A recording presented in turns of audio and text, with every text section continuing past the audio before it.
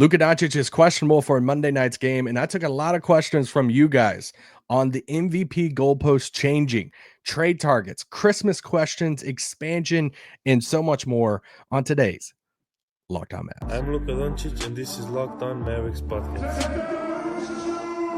If you don't believe, you shouldn't be here. We have Kyrie. You are Locked On Mavs. Great, Rusty. Your daily Dallas Mavericks podcast. No one's dying. Part of the Locked On Podcast Network. Amazing. Your team every day.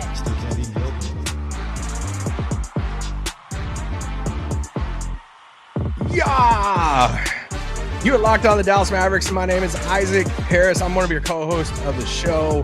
Thanks for making Locked On Mavs your first listen of the day. You'll make Locked On Blazers your second listen of the day as the Mavs take on the Blazers tonight. If you're a true Mavs fan, you got to sign up for our Locked On Mavs Insider program. It's through Subtext. You're already doing that. You can do that through the QR code on your screen. We drop Q&As, news, and so much more through that. And guys, your favorite podcast, your favorite show, Locked On Mavs, of course. We have a free newsletter, all right? And this is where you can get a free newsletter sent to you every single day. Yes, I said free. We're not just let this thing ride the whole time. It is kind of fun vibes right now with the Mavs, but it's a free newsletter sent to your mailbox every day, has the episode and all the stuff in that. We're number one right now in the network as far as NBA shows go. So make sure you help us keep that at number one. And the NFL playoffs, they're almost here. They're right around the corner, but it's not too late to get in the regular season action with FanDuel, because right now new customers can finish the season strong with $250 in bonus bets if your first $5 bet wins. Visit FanDuel.com to get started. Riding solo today. Nick is under the weather heading into this holiday week and all the stuff. Christmas is coming.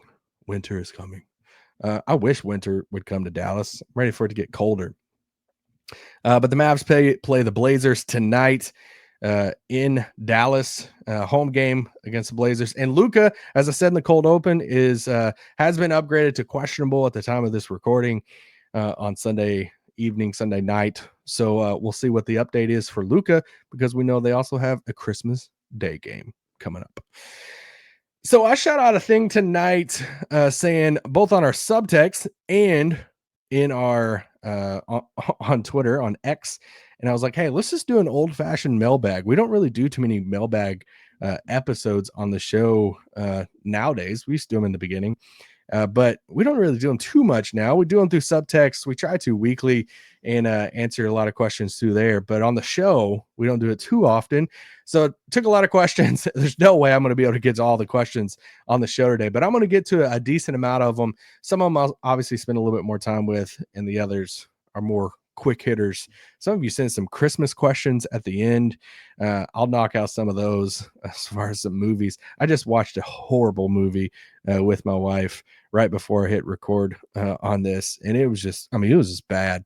So I've been roasting that for the past 30 minutes, but let's talk about some NBA questions. Got a lot of questions about trade targets. I'm gonna hit that in segment 2, little Seggy 2 content on that. But a few questions here and there about the MVP talk. And this was a question submitted. Why do the goalposts for MVP keep moving? Jokic lost to the Wizards and barely won in OT tonight to the Pelicans. I think he's a great player, but it's odd that suddenly this season the standings don't matter anymore and only the stats do. Whereas last year they specifically told Mavs fans that stats don't matter, standings do. Guys, that was a question submitted. I don't know how to like fully answer this, because we don't really have control much over it. The goalpost for the MVP award, it feels like it does change every year, right? So much of it is narrative based. And then once it's crazy how narratives can kind of shift, who can control the narratives of stuff. Some of the louder voices and how some opinions and who they talk to, how they feel about certain players. Narratives matter more than anything when it comes to the NBA and when it comes to winning the MVP award. I mean, you can, and it changes so much, right? There's no one formula of like you do X, Y, and Z, and you will win the MVP award. You go back when Westbrook won his MVP award, and they were not a top seed in the Western Conference, but it was because of all these triple doubles, and he broke this triple double record and all this stuff. Well, now triple doubles, it's like, okay, like they're impressive. I mean, I guess it's worth putting on a graphic, but they've kind of like lost the steam of like what a triple double like used to mean, to where now you kind of look back on it and be like, yeah, that's impressive. I don't know if that like should carry you to the MVP award, but like, okay, I kind of get it. But like, you can go back to certain years and look at how goalposts have changed. You can go back to when, like Karl Malone won it over MJ. And it's like, really? You can go back when Steve Nash won it, when he averaged like 15 points and 11 rebounds or 11 assists a game. And Nash won back-to-back MVPs at that point. And I mean, feels like people complain so much to this day about him winning those MVPs. So it's just like, I don't know really what to do about it. Yes, the goalpost change. I will say this about Luka's MVP campaign, like right now at this moment. At this moment, like, I'm not saying I understand it. I'm not saying I agree with some of the MVP talk, but I do kind of understand it. I think we have to see if the same conversation happening right now is the same conversation happening, let's say after the All-Star break, and the Mavericks are still where they're at in the standings, and Luka's still putting up the same numbers, and he's played a ton of games. I think I'll be more frustrated then, but I think so much stuff happened early on with Luka missing games, Mavericks being 6-2 without him. I'm giving you stuff. I know some of you probably yelling at me through the mic here, but some of his effort stuff to beginning in the season and in shape stuff, like those conversations happen. I know that they happen at Mavs game amongst media. I'll also, like, if they happen there, they're happening among other national people, among media and stuff too. So it just impacts those types of conversations. But I think if we see a longer road of this, to where Luka, comparative to like the whole season so far, we need a little bit more under the belt. And so, yes, it's still frustrating. I still don't understand it sometimes of how some narratives take off. And I'm like, I don't really understand how that it means more this year to this. I can't give you a one big answer to that. And I don't agree with a lot of it. I do a little bit understand why Luka's not far and away number one right now. So there's that. I don't have a full answer for that one. But it is a talking point right now. So I do get it, and I get the frustration behind it. Somebody asked, hey, does another Jokic MVP put him in the top 10 to 15 talk? I gotta have some more rings for Jokic for me to put him in that top 10 category. 4 MVPs, super impressive. You know what's more impressive? All the rings that Tim Duncan has. I think so at this point, like, if he wins another MVP and he has 1 ring, it's not, it's a collective thing. I'm not saying it's just rings or nothing, but are you putting him in the Olajuwon category? Are you putting him, like, who would you have higher ranked all time right now? KD or Jokic? Jokic or Steph? I can't put him in the category of Tim Duncan, Kobe, Shaq when he has 1 ring, even though he'll have 4 MVPs and a ton of stats and all this stuff. Jokic is an incredible player. I'll just go ahead and tag this one on there too. Someone I ask random, like, all-time questions I got about non-Mavs players, but someone submitted a question. I talked about this with a friend. If Curry wins 1 more ring, I think we were talking about him up there with Magic and Bird. If no more rings, Curry is top 10, still lock prob around 9 or 10. I agree with you. I think Steph Curry is in the group of Tim Duncan, Kobe, Shaq, in that 6 to 10 range, somewhere through there. I think he's better than Magic Johnson.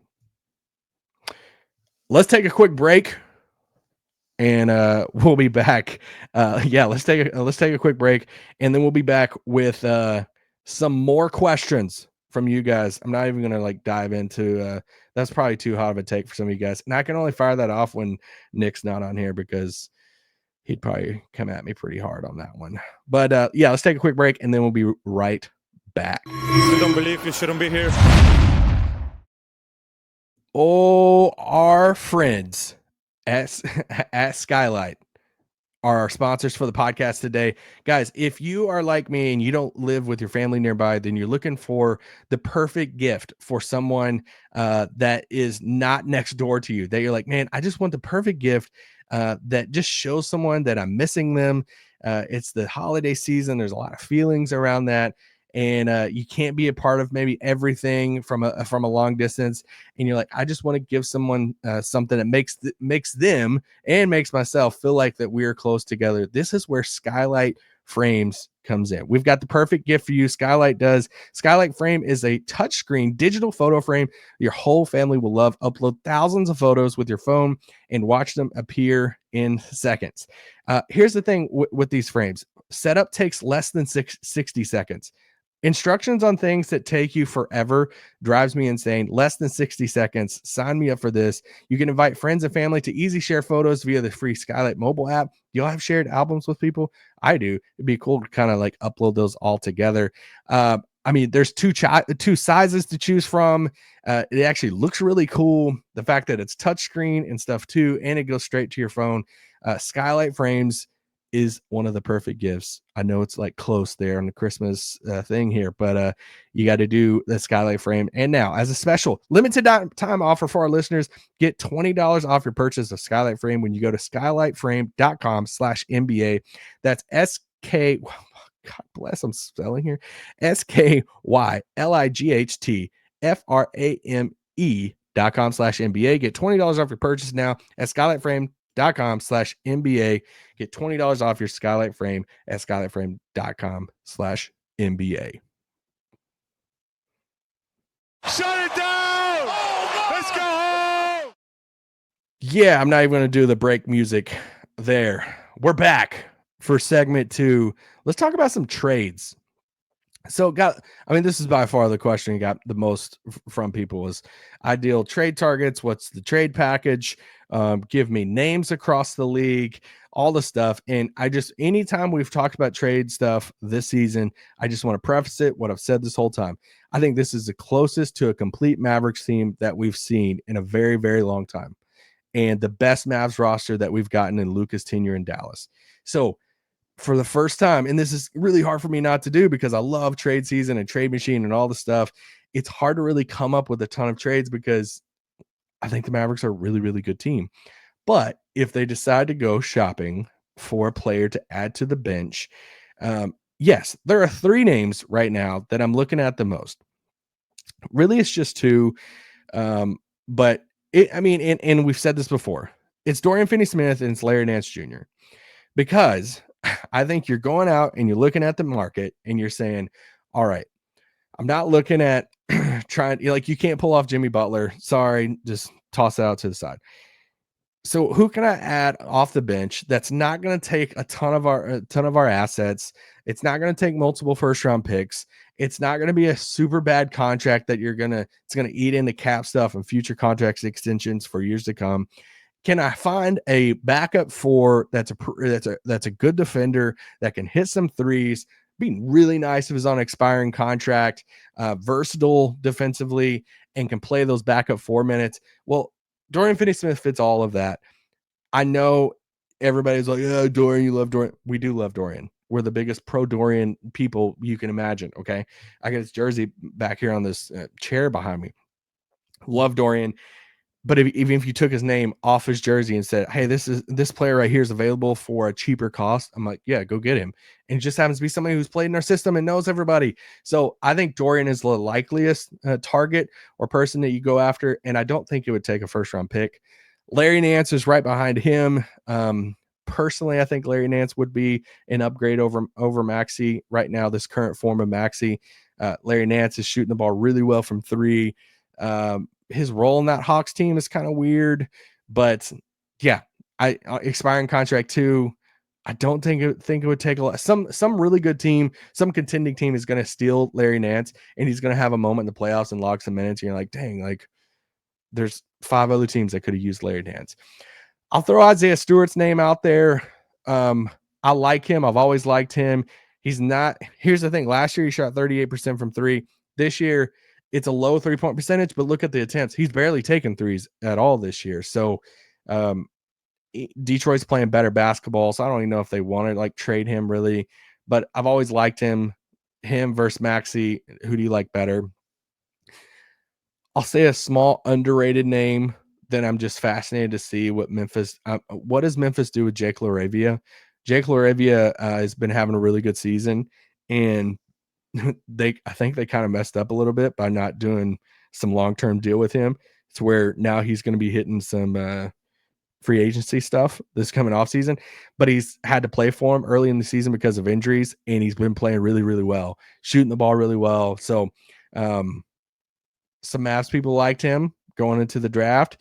I'm pretty sure Raphael liked him pretty good. So yeah, I don't, it'd be weird to see like a Memphis Dallas at the top of the West making like a trade like that. So I'm not saying that would happen, but if Memphis thinks like, hey, there's no way we're going to be able to like pay him this coming off season, can we get something in return? They have a deep team. They're playing really, really well. So they probably won't trade him. It's just something I'm just kind of like keeping an eye on. Whew. That's some trade talks stuff. Is it a coincidence that Nick is not on the pod the day after he talked about having a stalker at the game? What happened? Did the stalker get to him? We don't know. Actually, we do know. No, he's good. He's safe, I think. Nick, shoot me a text if you're safe. All right. Somebody wrote a question and it says, does anyone else think that the Mavs season has gone under the radar so far? Why? The Dunker Spot guys and Zach Lowe seem to be the only national media to really think highly of the Mavs, and Chris Vernon, but he's mad about the last Mavs versus Grizzlies game. That was a question submitted. I completely agree. I think they're completely underlooked right now. The Mavs are. I think they're one of the best teams in the league. Someone wrote in and asked, do you think the Mavs are legit? Yes, I think they're title contenders. I've said about the Mavs roster, I think they should be in every conversation right now as far as who can win an NBA title. I think it's Boston, OKC, and Dallas kind of collectively together in that top tier together. I don't know what else I can say to where this is the most confident I've been in a Mavs team and a roster and everything. You have the superstar in Luka Doncic that can carry you. That's the MVP candidate. You have the supporting guy in Kyrie Irving. Their biggest thing is pacing these guys to not just be healthy, but have stuff in the tank come playoff time. And I'm watching Kyrie's minutes. Can we please get Kyrie's minutes down, find him some days off, and all the stuff? Yes.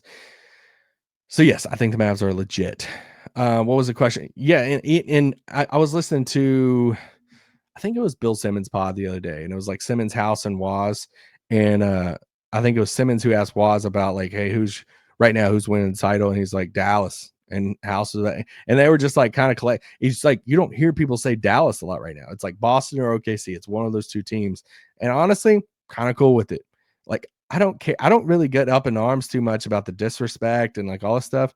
I think put the pressure on Boston. Put the pressure on OKC. OKC's barely done anything. Like SGA's got to show up on the biggest stage and all this stuff. But sure, if y'all want to anoint them already, like you did Minnesota last year, do your thing.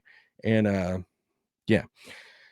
Also, Bill said that OKC was Dallas's kryptonite. And I'm like, did you watch the playoffs last year? Anyway, let's keep going. What's the question? Another question here. Are you worried about any teams in the West upgrading at the trade deadline? Yeah. I mean, of course. I'd say the two teams for me are Denver and Phoenix. I think, I'm enjoying, especially as a Mavs fan, I'm enjoying Denver kind of struggle and, their effort stuff, weird vibes right now. I saw a tweet tonight saying, I think it was Law Murray who covers the Clippers, about so many weird vibes in the West right now, West teams. It's like, you can kind of go down the list, like OKC, good vibes, Memphis, good vibes, Dallas, good vibes. then you like get to this group of like Phoenix, kind of weird. Denver, really weird vibes right now. Minnesota, really weird vibes right now. And just some other team like here and there. It's just like some weird stuff. So Denver, if they figured it, and I say Denver the most because they have obviously they have Jokic, Aaron Gordon, awesome. Jamal Murray, whatever version do you think of him right now? He had a good game last night on Sunday night. But if they like swap out Michael Porter Jr. for like I know it's probably not possible, but like a Jimmy Butler type, that caliber of player, and they piece it together because of that core already being there, I'd be scared of that. Yeah, I mean it's Denver and Jokic and all that stuff. They've won a title before. And then Phoenix, yeah, if they're healthy come playoff time, I mean anytime we play Devin Booker and Kevin Durant, yeah, I mean, but Nurkic, never been a fan of Nurkic, so I'll I'll clown on Jokic Nurkic all day. But yeah, I don't. Yeah, Phoenix and Denver, but I'll lean towards Denver. I have another Phoenix thing in a second. Last question here for this segment. Give me your thoughts on a 7-game series with OKC. How do we get through this year's Thunder? I thought this was a great question because, yeah, I think it's a top-heavy Western Conference right now. I think Memphis is playing really well, but I think it's OKC and Dallas that's the conversation. And, yeah, I do think, even though I bragged about it a little bit ago, like, hey, Dallas beat OKC in the playoffs last year, I do think it's a little short-sighted to be like, hey, we beat them last year, so we can just beat them again this year, because they did get better. Caruso, Hartenstein, like they did get better, another year older for the young guys. But Dallas still has Luka Doncic, and he's better than SGA. So, like, how can they get through this this year's Thunder team? It's going to be harder. It's going to be tough. They have the wing defenders. They have more size this year. Last year, you really took advantage of that with Gafford and Lively and all that stuff. But they have more size with Hartenstein. And then, if Chet's healthy and all that stuff. So you can't really like point at that consistently. I'm just looking at it and saying, you have Luka Doncic, who could be the best player in the series. And I like Dallas's 3-point shooters better. And I'll say this, the second star, Kyrie's better than J-Dub right now. So that's my opinion. Somebody will roast that. But I think those three things right there I think they have the two best players in the series. Well, no, I wouldn't say that. SGA, I'd say is better than Kyrie. But you get what I'm saying on that. And I like 3-point shooters better for Dallas right now. Guys, let's take a quick break. And then we'll be back to answer a bunch of random questions. Some will be quick hitters, but yeah, let's take a quick break first. If you don't believe, you shouldn't be here. This podcast is brought to you by our friends at Built. Built. Let's do this. Guys, Built, this episode is sponsored by Built Rewards. If you're a renter, listen up, man.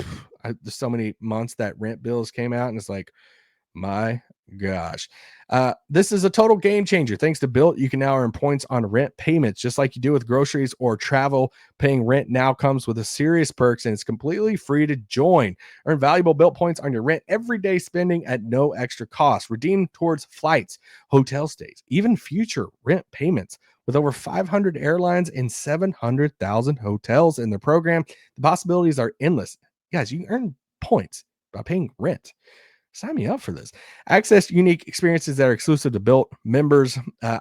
Yes, start earning points or rent you've already been paying by going to joinbuilt.com/lockedonnba. That's joinbuilt.com/lockedonnba. Make sure you use the link so they know that we sent you. Don't wait. Start earning rewards today. This podcast is also brought to you by our longtime friends at FanDuel. Guys, Mavs, Blazers tonight. If you're confident in the Mavs winning this game, even though Luka's questionable, go to FanDuel.com, go to the sportsbook, and you can put down some money there. And listen, when you watch the game, and this is one of the cooler things about FanDuel, you're watching the game, you're like, man, it's like mid-game. Like, I want to have a little bit more fun during the game. You can check out the latest stats, view live play-by-plays, and so much more on the same page where you place your bets. You can go into the game there and see different bets that pop up throughout the game. You'll start with the $200 in bonus bets guaranteed when you place your first $5 bet. That's FanDuel.com. Shut it down! Let's go home!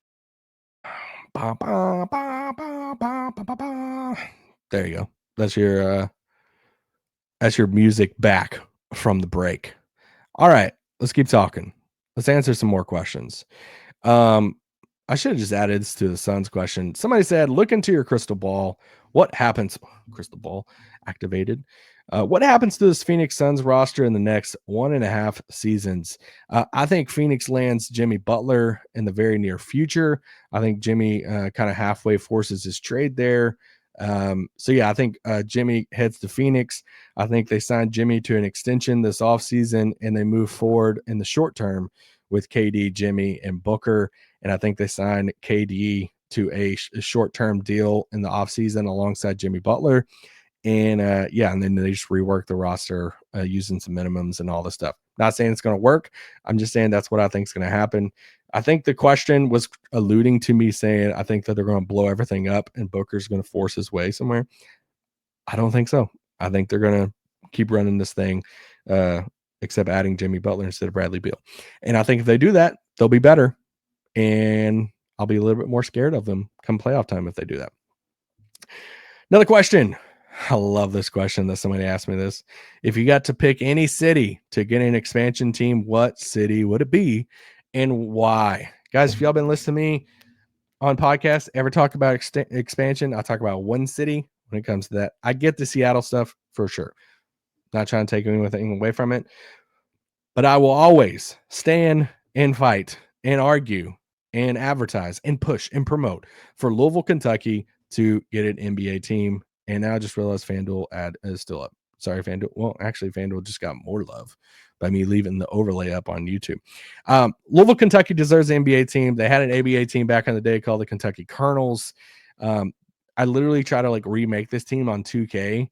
For years, I would like somebody would make it, I would and upload it to 2K, and I would like download it, and it'd be my franchise mode and all that stuff. I'd add them to the Eastern Conference. There's so much stuff with Louisville. I get it. Some of you may be like, oh, small market. You can't tell me that Louisville can't be an OKC. We're talking about basketball. This is where I grew up, so I'm passionate about it as far as Kentucky. Grew up with Louisville versus Kentucky basketball, and I get it's a college basketball state and all this stuff, but people love their NBA in the state of Kentucky. You can look at some NBA and Kentucky ratings when it comes to the NBA. Everybody wants to talk about ratings right now. And they always near the top as far as cities that watch the NBA. I just think it would be I think they would have the fan base. I think it would be very OKC-esque. The closest NBA team is like the Pacers that are like 6 hours away. You're looking at Cleveland that's even further away. Or you're looking at Memphis that's a good ways away. That's a good 5 or 6 hours. So like it's a long ways away from another team. I will fight for Louisville, Kentucky to get an NBA team. It would be awesome. It would be a lot of fun.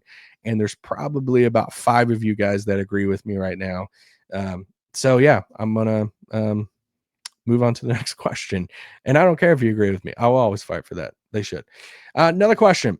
Somebody wrote and said, why are Locked On Mavs episodes only maxed out around 30 to 35 minutes or ish minutes? You guys say sometimes contractual obligations, which I don't need the specifics, but just always wondered why the episodes aren't longer. Yeah, I mean, this is kind of like the brand of Locked On. Like we want to give why I think it's been so successful as far as Locked On is like, hey, we want to give fans that are really plugged into their team. We want to give them this quick hitter episode, this 35 minute episode to where you get updates every single day on your team that you can plug it in on the way to work. And there's so much research behind this that Locked On has done in the past of like, what's the ideal episode length? How long are commutes? All the different stuff that has made them land early on that 30-minute mark. And yeah, it goes into advertisement sales and marketing, all the different stuff. So that's kind of, I mean, without getting really nerdy about it, obviously Nick would know more. He works full-time for the company. So all the stuff, but yes, that is why we hover around that 35 minute mark. Maybe if we were one day a week, we might do an hour or something like that. But this isn't what this podcast is built for. It's daily, 30-minute. Let's cover the latest news around your team. Another question. Okay, we'll do some quick hitter at the end here about some Christmas questions I got. Christmas coming up in a few days. Let's do this. Someone said, hey, Isaac, Jacob here. Actually, Jacob said this. What's your favorite Christmas tradition that you've started or continued with your kids? Obviously I'm a pastor at a church, so I'm really excited this time of the year as far as what the Christmas season brings and the joy and the Christmas stories. So, I mean, I think just reading the Christmas story on Christmas Eve with my kids is something I look forward to every year. Reading about why we do this holiday. So to celebrate the birth of Jesus. Outside of that, we color on Christmas Eve. So we just get all the coloring books out and color on the floor next to the tree. A lot of fun. It's something that means something to me. Another question. What's your favorite gift you've opened as a kid? And what's your favorite gift you've given as a parent to your kids? I'll say there was an X-Men. I'm a huge X-Men fan. All right. Like pretty much all the Marvel stuff, but X-Men is like my thing. It's always been my thing since a kid.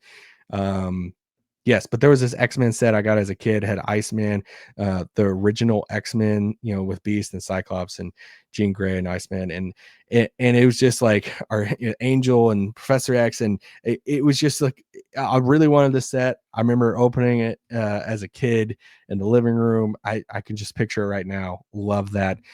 My kids aren't as like old enough yet to really like hone it. This is like the first year my son is like honed in on like, hey, I really want this. Or there's just like one pop figurine I really drove like an hour today to go get over in like Allen, Texas. He wants this like one Venom type of pop. I don't know why, but yeah. So like, I mean, this, you might call me like cheesy on this, but like just like costumes for my kids. Like they love like my daughter, the Disney princesses, and my son with his like Marvel superhero stuff. There's something warming about watching my kids like play in the house with different outfits and costumes and all the different stuff. It's fun, and wrestle and all the stuff. Last one. What's your favorite Christmas movie? Well, I just watched The Family Stone with my wife, and it's literally the worst Christmas movie I've ever watched. It's horrible, and she loves it. And I was like, this is the first time I ever watched it. Horrible. Favorite Christmas movie, though? You're going to laugh at me right now. I love the movie and the book, Little Women.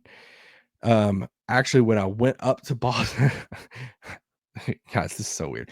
But when I went up to do the Hall of Fame stuff with Dirk up in in Springfield, Massachusetts, I actually drove to Louisa May Alcott's house, the author of Little Women, and did the whole like tour of the house and everything. I just there's just something about that story, that family. There's probably some deeper stuff with that because I've always desired like a close, tight knit, bigger family and never got that, and kind of like doing it now a little bit. So anyway, I just always love that story, love that movie. In Elf and Home Alone 2. I mean, you can't go wrong with Elf and Home Alone 2. Suck Brick Kid gets me every time. Love it.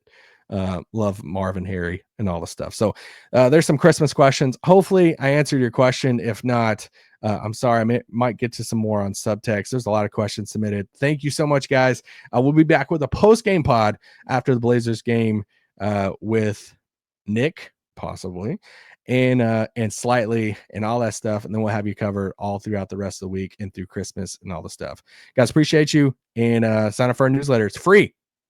Help keep us number one. Peace out. Boom.